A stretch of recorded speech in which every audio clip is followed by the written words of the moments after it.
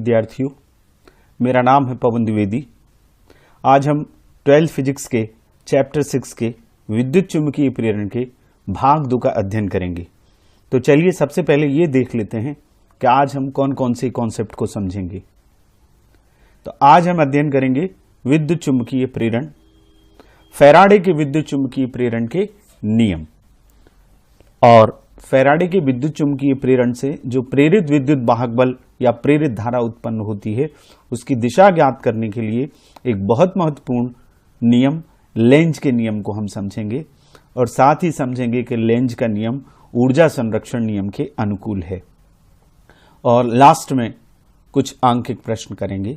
तो चलिए शुरू करते हैं। सबसे पहले विद्युत चुम्बकीय प्रेरण की हम बात करते हैं। तो हमने विद्युत चुम्बकीय प्रेरण को पिछले वीडियो में, पिछले लेक्चर में आपने फैराडे के प्रयोगों को समझा था और फैराडे ने अपने प्रयोगों के आधार पर हमें यह बताया कि जब किसी चुंबक और कुंडली के बीच में चुंबकीय क्षेत्र को परिवर्तित किया जाता है तो बंद कुंडली में उससे धारा उत्पन्न की जा सकती है। यह हमने देखा। अब इसके आधार पर, उन्हीं 3 प्रयोगों के आधार पर फैराडे के विद्युत चुम्बकीय प्रेरण के 2 नियम हैं। तो सबसे पहले हम एक बार एक एनिमेशन से, सिमुलेशन से ये देख लेते हैं कि किस तरह से फैराडे ने प्रयोग किया और विद्युत चुम्बकीय प्रेरण की एक्चुअल कॉन्सेप्ट को हम रिकॉल कर लेते हैं कि वो कैसे निकली है। तो चलिए हम एनिमेशन को देखते हैं। देखिए, ये आपको दिख रहा है, ये पूरा सेटअप है फैराडे के प्रयोग का। आप जानते हैं मैग्नेट के आसपास फील्ड लाइंस होती हैं, मैग्नेटिक फील्ड लाइंस, क्षेत्र रेखाएं। तो फैराडे ने क्या बताया हमें कि जब हम इस मैग्नेट के एन ध्रुव को इस कॉइल के पास लाते हैं तो आप देख रहे हैं, क्या देख रहे हैं? आप देख रहे हैं कि इससे जुड़ा हुआ बल्ब जलने लगता है, यानी इस कुंडली में धारा प्रवाहित होती है, विद्युत वाहक बल उत्पन्न होता है जिसको हम प्रेरित धारा कहते हैं। जब मैं इस मैग्नेट को मूव कर रहा हूं तो ये बल्ब जल रहा है और साथ ही इससे जुड़ा हुआ ये जो वोल्टेज बता रहा है, वोल्ट मीटर या गैल्वेनोमीटर धारा बताएगा, उसका आप डिफ्लेक्शन देखिए। जब मैं एन को यहां ले जाता हूं तो डिफ्लेक्शन इस तरफ होता है, जब वापस लाता हूं तो दूसरी तरफ होता है, यानी धारा की दिशा बदलती है। यदि मैंने मैग्नेट को रोक दिया तो कोई विद्युत वाहक बल या प्रेरित धारा उत्पन्न नहीं होती। अब यदि मैं इसकी ध्रुवता को बदल देता हूं, यदि मैं एस को इस तरफ ले आता हूं, इस लूप के, इस कॉइल के सामने, तब देखिए आप डिफ्लेक्शन दूसरी तरफ जाएगा। पहले ये इस तरफ जा रहा था, एस के आने पर ये डिफ्लेक्शन दूसरी तरफ जा रहा है और ये बल्ब तब भी जल रहा है। ये देखिए, मैग्नेट का मूवमेंट हम करते हैं तो इसमें कॉइल में विद्युत धारा उत्पन्न होती है या प्रेरित विद्युत वाहक बल उत्पन्न होता है। ये बंद है कॉइल, ये सर्किट क्लोज है। सर्किट क्लोज है तो इसमें हो क्या रहा है, ये जो मैग्नेटिक फील्ड लाइंस हैं इनकी संख्या में कमी हो रही है या संख्या इनकी बढ़ रही है। कुल मिला के जब किसी परिपथ से संबद्ध चुंबकीय फ्लक्स को हम चेंज करते हैं, फ्लक्स को बदलना चाहिए। मैग्नेटिक फील्ड तो अभी भी है, ये मैग्नेट स्थिर है तो इस कॉइल के चारों तरफ भी मैग्नेटिक फील्ड है, इस मैग्नेट के चारों तरफ भी मैग्नेटिक फील्ड है, लेकिन प्रेरित विद्युत वाहक बल या प्रेरित धारा उत्पन्न करने की जो शर्त क्या है, ये मैग्नेटिक फील्ड परिवर्तित होना चाहिए, इसमें चेंज होना चाहिए, या तो ये कम हो या ज्यादा हो। जितनी तेजी से आप इसको मूव करेंगे तो मैग्नेटिक फील्ड उतनी तेजी से बढ़ेगा या घटेगा, जिससे प्रेरित धारा या प्रेरित विद्युत वाहक बल उत्पन्न होगा। ये विद्युत चुम्बकीय प्रेरण है। पूरी कहानी ये क्या है, विद्युत चुम्बकीय प्रेरण है। अब तो आपने एनिमेशन देखा जिसमें आपने फैराडे के प्रयोग को पूरी तरह से समझ लिया और विद्युत चुम्बकीय प्रेरण आपकी समझ में आ गया होगा। तो पहला नियम उन्हीं प्रयोगों के आधार पर जो निकला, फैराडे ने दिया, उसका स्टेटमेंट क्या है, इसे अपनी कॉपी में भी नोट करिए। जब किसी कुंडली या परिपथ से संबद्ध चुंबकीय फ्लक्स में परिवर्तन किया जाता है तो उस कुंडली या परिपथ में एक विद्युत वाहक बल प्रेरित हो जाता है, और यदि कुंडली बंद है, सर्किट क्लोज है, तो उसमें प्रेरित धारा बहने लगती है। यदि सर्किट क्लोज नहीं है तो विद्युत वाहक बल अकेला उत्पन्न होता है, और यदि परिपथ बंद है तो उसमें प्रेरित धारा बहने लगती है। जो धारा हमने अभी बल्ब जलते हुए देखा, वो धारा बहने लगती है, उसको कहते हैं प्रेरित धारा। और खास बात ये कि यह धारा तभी तक बहती है जब तक चुंबकीय फ्लक्स में परिवर्तन जारी रखा जाता है। इस स्टेटमेंट को अपनी कॉपी में नोट कर लीजिएगा। तो हमने 3 प्रयोग जो फैराडे के देखे थे, उसके आधार पर यह निष्कर्ष निकला। 3 प्रयोगों में चुंबक को यदि पास लाएं तो भी प्रेरित विद्युत वाहक बल उत्पन्न होता है, चुंबक के द्वारा प्रेरित धारा उत्पन्न होती है, या दूर ले जाएं, 2 कुंडलियों को रखें पास पास और एक कुंडली में बहने वाली धारा के मान में परिवर्तन करें तो फ्लक्स चेंज होता है, तो धारा उत्पन्न होती है। और यदि एक कुंडली में धारा बह रही है और उसके स्विच को हम ऑन और ऑफ करें तो फ्लक्स कम या ज्यादा होता है, उससे भी प्रेरित धारा उत्पन्न होती है। ये तीनों बातें हमने देखी। तो फैराडे का पहला नियम यही कहता है कि जब तक हम फ्लक्स में परिवर्तन जारी रखेंगे तब तक अस्तित्व रहेगा उस प्रेरित विद्युत वाहक बल का। फैराडे के प्रयोगों से यह स्पष्ट है कि जब हम चुंबक को कुंडली के पास लाते हैं या दूर ले जाते हैं तो कुंडली से गुजरने वाली क्षेत्र रेखाओं में परिवर्तन होता है, फील्ड लाइंस में चेंज होता है। और फील्ड लाइंस में चेंज होने का मतलब क्या? चुंबकीय फ्लक्स कन्वर्ट होता है, जिससे कुंडली में प्रेरित विद्युत वाहक बल और प्रेरित धारा उत्पन्न होती है। लेकिन जैसे ही हम आपेक्षिक गति बंद करते हैं, रिलेटिव मोशन को बंद करते हैं, या तो कॉइल मूव करें या मैग्नेट मूव करें, इसको बंद करते हैं तो कोई प्रेरित धारा उत्पन्न नहीं होती। तो इसका अर्थ यह है कि प्रेरित धारा तभी तक बहती है जब तक फ्लक्स बदलता है। आपेक्षिक गति से मतलब यह है कि रिलेटिव मोशन हो। अब कॉइल भी मूव कर रही है एक तरफ एक्स अक्ष के डायरेक्शन में, और मैग्नेट भी एक्स अक्ष के डायरेक्शन में मूव कर रही है, और दोनों की वेलोसिटी एक है, तो इसमें प्रेरित धारा उत्पन्न नहीं होगी, ना प्रेरित विद्युत वाहक बल उत्पन्न होगा, क्योंकि इसमें फ्लक्स चेंज नहीं हो रहा। मूल शर्त क्या है? चुंबकीय फ्लक्स को बदलना चाहिए। चुंबकीय फ्लक्स चेंज होगा वो किसी भी तरीके। चुंबकीय फ्लक्स को हमने पढ़ा phi b equal to b a cos theta. चुंबकीय फ्लक्स को हम 3 तरीके से चेंज कर सकते हैं, या तो हम बी को चेंज कर दें, या हम एरिया को चेंज कर दें, कॉइल को श्रिंक कर दें, कॉइल में के एरिया में परिवर्तन हो, या हम उसका एंगल चेंज कर दें। एंगल बदलने से भी चुंबकीय फ्लक्स बदल जाता है, क्योंकि phi equals to b a cos theta. Generator की जो कॉन्सेप्ट है उसमें हम एंगल ही चेंज करते हैं। एक मैग्नेट के बीच में एक कॉइल मूव करती है, रेक्टेंगुलर कॉइल, और उसमें हम एंगल को चेंज करते हैं, कोण को चेंज करते हैं, और कोण को चेंज करने से फ्लक्स बदलता है, चुंबकीय फ्लक्स बदलता है, और उसमें धारा उत्पन्न होती है, एसी धारा उत्पन्न होती है। हम आगे इसी चैप्टर में उस पर चर्चा करेंगे। तो ये हुआ फर्स्ट लॉ। अब हम दूसरे नियम की बात करते हैं। विद्युत चुंबकीय प्रेरण का दूसरा नियम फैराडे का। प्रेरित विद्युत वाहक बल का मान चुंबकीय फ्लक्स में परिवर्तन की दर के अनुक्रमानुपाती होता है। परिवर्तन की दर अपॉन टी। परिवर्तन की दर टी के सापेक्ष अवकलन प्रेरित विद्युत वाहक बल स्मॉल ई भी कहलाता है और एप्सिलॉन भी कहलाता है। हम ये कह सकते हैं, ये जो हमारी बुक में है एप्सिलॉन जैसा, इसको स्मॉल ई भी कहते हैं। प्रेरित विद्युत वाहक बल का संकेत स्मॉल ई भी है। Small e equals to minus d phi upon d t, यानी फाई का टी के सापेक्ष अवकलन ये चुंबकीय फ्लक्स में परिवर्तन की दर को प्रदर्शित करता है। ये दूसरा नियम है।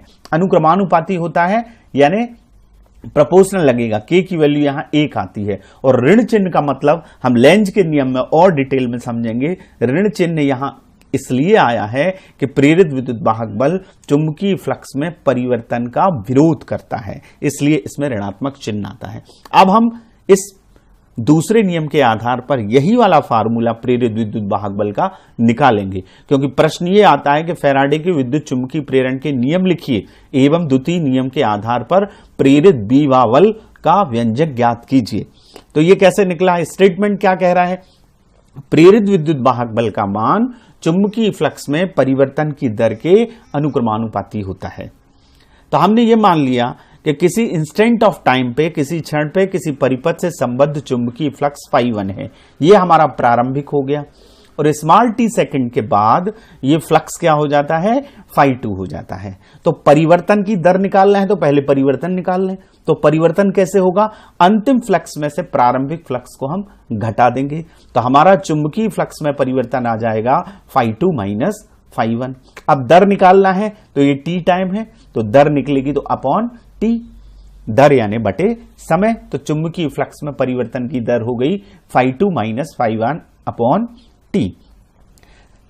नियम क्या कह रहा है, परिवर्तन की दर किसके समानुपाती है, प्रेरित विद्युत वाहक बल के, इंड्यूस्ड ईएमएफ के।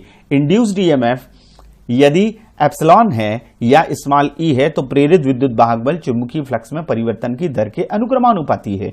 तो हम लिख देंगे ये जो ई है, ई समानुपाती φ2 माइनस φ1 अपॉन टी।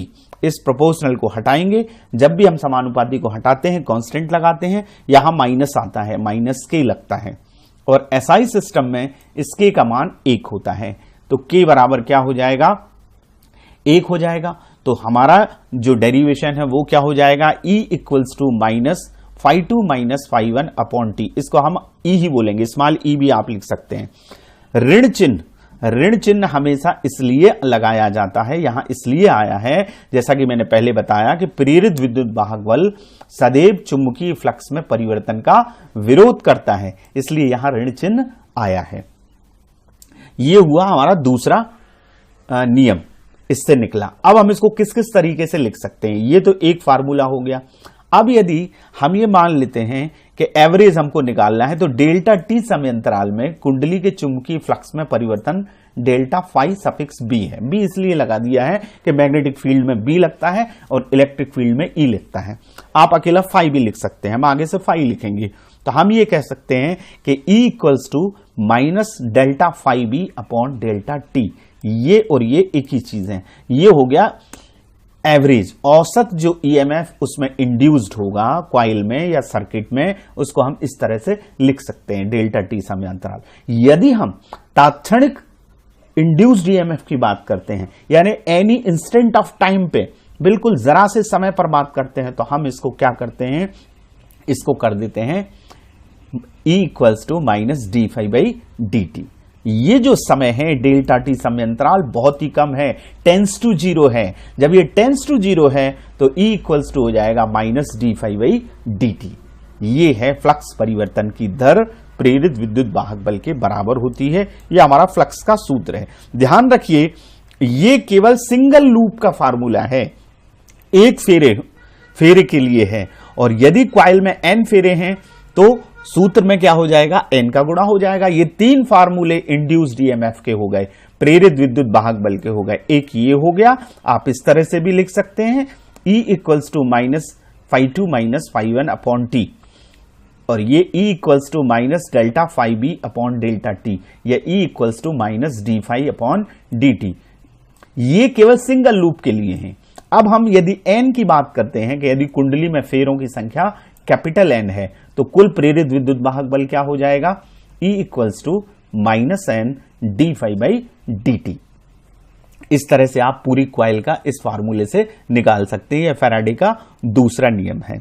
अब यदि आपसे पूछा गया है, ये तो ईएमएफ निकला, इंड्यूस्ड ईएमएफ प्रेरित विद्युत वाहक बल, यदि परिपथ बंद है, सर्किट क्लोज है तो क्या उत्पन्न होती है, प्रेरित धारा उत्पन्न होती है। तो यदि हमसे कहा गया कि प्रेरित धारा का भी व्यंजक ज्ञात कीजिए, तो हमारे पास ईएमएफ तो है ही, ओम का नियम आप जानते हैं, V equals to r i होता है, तो I इक्वल्स टू क्या होता है, V अपॉन आर। यहां ईएमएफ है हमारे पास, तो धारा क्या हो जाएगी, E अपॉन आर। ये जो E है ये एप्सिलॉन जैसा, स्मॉल ई भी आप इसको लिख सकते हैं। तो I इक्वल्स टू क्या हो जाएगी, E अपॉन आर। तो ये जो E है, ये जो फार्मूला है, इसमें हम 1/r का मल्टीप्लाई कर देंगे, r नीचे लिख देंगे। तो I इक्वल्स टू क्या आ जाएगा, minus n d phi by d t 1/r। अब आवेश में यदि निकलवाया है तो मान लीजिए dt सेकंड में कुंडली में प्रेरित आवेश कितना है, Q है। तो Q इक्वल टू क्या होता है, IT। आपने करंट इलेक्ट्रिसिटी के चैप्टर में पढ़ा है। धारा को जब आपने पढ़ा था तब आपने पढ़ा था आवेश प्रवाह की दर को धारा कहते हैं, तब I equal to q upon t आया था। तो Q इक्वल टू क्या होता है, IT। यहां हमने डेल्टा टी समय अंतराल माना है, dt सेकंड, तो i dt, तो हमारा i का वैल्यू क्या है, ये है। इसमें dt का हम मल्टीप्लाई कर देंगे, dt का मल्टीप्लाई करेंगे तो ये पूरे इक्वेशन में minus n d phi by d t 1/r में dt का मल्टीप्लाई हो जाएगा। तो इस dt से ये dt कैंसिल हो जाएगा, तो हमारे पास आ जाएगा i equals to minus n d phi by r. ये देखिए इतना बचा। इससे हम ये कह सकते हैं कि कुंडली में जो प्रेरित आवेश होता है, इंड्यूस चार्ज होता है, वो टाइम पर डिपेंड नहीं करता। धारा समय पर निर्भर करती है, विद्युत वाहक बल समय पर निर्भर करता है। जितनी तेजी से आप मूवमेंट करेंगे, जितनी तेजी से रिलेटिव मोशन होगा कॉइल और मैग्नेट के बीच में, उतना प्रेरित विद्युत वाहक बल और उतनी प्रेरित धारा उत्पन्न होगी। ये इसका निष्कर्ष है। ये दूसरे नियम का एक्सप्लेनेशन है। तो Q equals to minus n d phi by r, ये हमने दूसरा नियम पढ़ा। अब हम लेंज के नियम की बात करते हैं। देखिए हमें पहला नियम ये बताता है कि किसी कॉइल से संबद्ध मैग्नेटिक फ्लक्स में चुंबकीय फ्लक्स में परिवर्तन होता है तो उसमें विद्युत वाहक बल, प्रेरित विद्युत वाहक बल, और बंद है तो प्रेरित धारा उत्पन्न होती है। ये बताता है कि इस कंडीशन में जब मूवमेंट हो रहा है, जब रिलेटिव मोशन हो रहा है, तो इंड्यूस्ड ईएमएफ प्रोड्यूस हो रहा है। दूसरा नियम हमें ये बताता है कि वो किस पर निर्भर करता है, कितना होगा, E इजकल to minus d phi by d t. दूसरा नियम हमें यह बताता है कि प्रेरित विद्युत वाहक बल चुंबकीय फ्लक्स में परिवर्तन की दर के अनुक्रमानुपाती होता है। तीसरा नियम यानी लेंज का नियम हमें यह बताता है कि डायरेक्शन क्या होगा, जो करंट प्रोड्यूस होगी, जो इंड्यूस्ड करंट प्रोड्यूस होगी, उसका डायरेक्शन क्या होगा। अब इस लेंज के नियम को आप इत्मीनान से समझ लीजिए, यह बहुत इंपॉर्टेंट भी है। देखिए लेंज के नियम का स्टेटमेंट यह है कि किसी भी विद्युत चुंबकीय प्रेरण की अवस्था में, प्रत्येक अवस्था में प्रेरित धारा की दिशा इस प्रकार की होती है कि वह उस कारण का विरोध करती है जिससे वह स्वयं उत्पन्न हुई है। बड़ा छोटा सा स्टेटमेंट है, लेकिन इसको आपको समझना पड़ेगा। प्रत्येक अवस्था में प्रेरित धारा की, इंड्यूस्ड करंट की डायरेक्शन इस प्रकार की होगी कि वह उस कारण का विरोध करेगी जिससे वह स्वयं उत्पन्न हुई है। इसको एक्सप्लेन करने से पहले दो चीजें आप समझ लीजिए। देखिए जब भी किसी कॉइल में धारा की दिशा, किसी लूप में या किसी कॉइल में धारा का डायरेक्शन एंटी क्लॉकवाइज होता है, वामावर्त होता है, तो वहां एन ध्रुव का निर्माण होता है। ये देखिए इस कॉइल में यदि इस तरफ धारा बह रही है, एंटी क्लॉकवाइज का मतलब वामावर्त, एंटी क्लॉकवाइज का मतलब घड़ी की सुइयों की विपरीत दिशा में, ये यदि धारा का डायरेक्शन है तो एन ध्रुव का निर्माण होता है। ये ऐसा और ये ऐसा एन पोल बनता है। ये अपने दिमाग में बात को बिठा लीजिए। जब किसी लूप में धारा की दिशा वामावर्त यानी एंटी क्लॉकवाइज, घड़ी की सुइयों की विपरीत दिशा में होगी तो लूप का वह तल एन ध्रुव की भांति कार्य करता है। दूसरी बात, यदि धारा की दिशा क्लॉकवाइज होती है, ये देखिए एस बनता है। जब किसी लूप में, जब किसी कुंडली में धारा की दिशा क्लॉकवाइज होगी, घड़ी की सुइयों की दिशा में होगी, उसको हिंदी में कहते हैं दक्षिणावर्त, दक्षिणावर्त होगी तो लूप का वह तल एस ध्रुव की तरह कार्य करता है। तो ये बात आप अपने दिमाग में उतार लें, और आपको ये एक्सप्लेन भी मैं कर रहा हूं कि एंटी क्लॉकवाइज डायरेक्शन है तो एन पोल बनेगा लूप में, और क्लॉकवाइज डायरेक्शन है तो एस पोल बनेगा।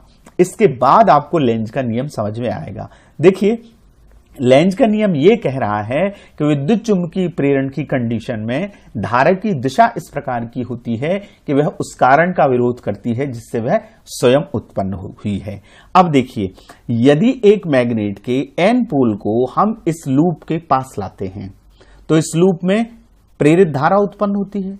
अब प्रेरित धारा की दिशा इस प्रकार की होगी कि वह इसका पास आने का विरोध कर सके। कारण क्या हुआ, इस धारा उत्पन्न होने का कारण क्या है, मैग्नेटिक फ्लक्स में बढ़ोतरी होना, मैग्नेटिक फ्लक्स में परिवर्तन होना। और यहां पर कारण परिवर्तन कैसे हो रहा है, एन ध्रुव के पास लाने से। तो कारण क्या हुआ, चुंबक के एन ध्रुव का कुंडली के पास लाया जाना। इस कारण का विरोध तब होगा जबकि इस कुंडली का तल एन ध्रुव की तरह कार्य करे, जिसके कारण इसको ये रिपेल कर सके, वो इसको कम करना चाहता है। यहां n ध्रुव को पास लाने से फ्लक्स बढ़ रहा है, तो यहां धारा की दिशा इस प्रकार की होगी कि वो फ्लक्स को कम करने की कोशिश करे, और ये कम करने की कोशिश तभी सफल होगी जब ये कुंडली का तल n ध्रुव की तरह कार्य करे। तो n ध्रुव के पास आने पर n ध्रुव की तरह कार्य करेगा, और n ध्रुव की तरह कब कार्य करता है? जब धारा की दिशा एंटी क्लॉकवाइज होती है।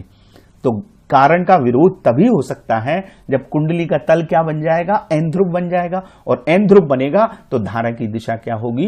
वामावर्त होगी, एंटी क्लॉकवाइज होगी।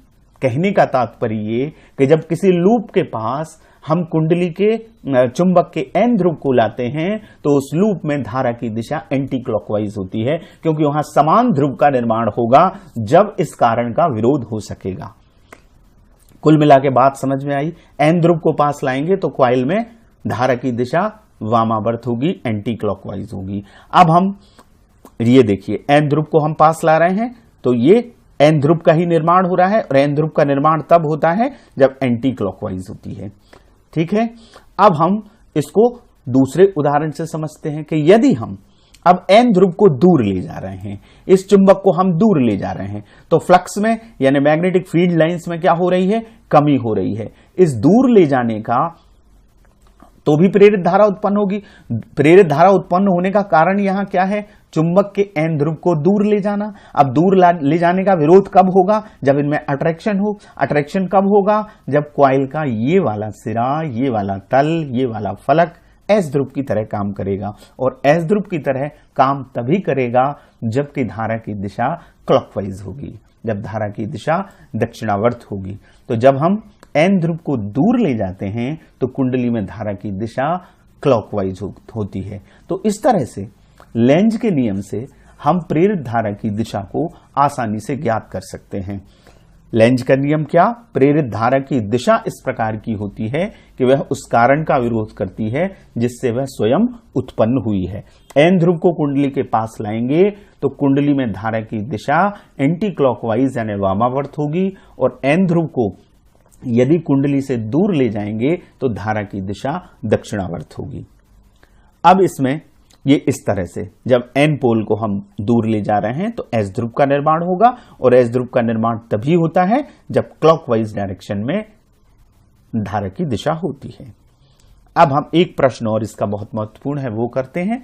प्रश्न ये आता है कि लेंज का नियम ऊर्जा संरक्षण के नियम के अनुकूल है, इसे समझाइए। देखिए, अभी हमने लेंज के नियम को पूरी तरह से समझा। वो क्या था कि जब हम उसके एक्सप्लेनेशन को समझा कि जब हम n ध्रुव को कुंडली के किसी फलक के पास ले जाते हैं तो कुंडली का वह फलक n ध्रुव की तरह कार्य करने लगता है, क्योंकि रिपल्सन होगा, जिससे समान ध्रुवों में क्या होता है? प्रतिकर्षण बल कार्य करने लगता है। और इस प्रतिकर्षण बल के विरुद्ध चुंबक को कुंडली के पास लाने में, हम पास लाना चाह रहे हैं, पास लाने में कार्य करना पड़ेगा, कुछ मैकेनिकल वर्क होगा। वही मैकेनिकल वर्क उस कॉइल में विद्युत ऊर्जा के रूप में उत्पन्न होता है, यानी प्रेरित धारा के रूप में उत्पन्न होता है। ये हमने अभी उदाहरण भी देखा था। तो जब n ध्रुव को लाएंगे तो कुंडली का तल n ध्रुव बनेगा, n ध्रुव के कारण प्रतिकर्षण होगा। तो इस प्रतिकर्षण बल के विरुद्ध जितना हम इस मैग्नेट को पास लाने में काम करेंगे वही इसमें धारा के रूप में उत्पन्न होता है। इसी तरह से जब हम कुंडली के n ध्रुव को चुंबक के n ध्रुव को कुंडली के किसी फलक से दूर ले जाते हैं तो कुंडली का वो फलक हमने देखा किस तरह काम करता है? S ध्रुव की तरह काम करता है। ये वाला फलक S ध्रुव की तरह काम करता है। इस तरह से धारा बहती है तो S ध्रुव का काम करता है। अब असमान ध्रुव होगा, ये n ध्रुव है और कुंडली का ये तल S ध्रुव है, और असमान ध्रुवों में क्या काम करेगा?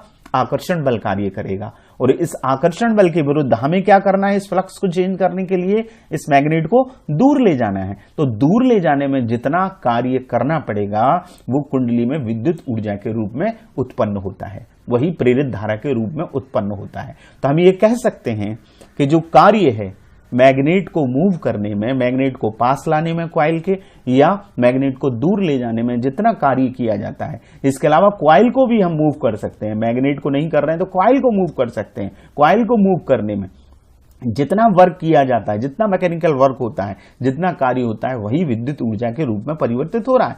इसका मतलब यह है कि लेंज का नियम ऊर्जा संरक्षण नियम का पालन करता है।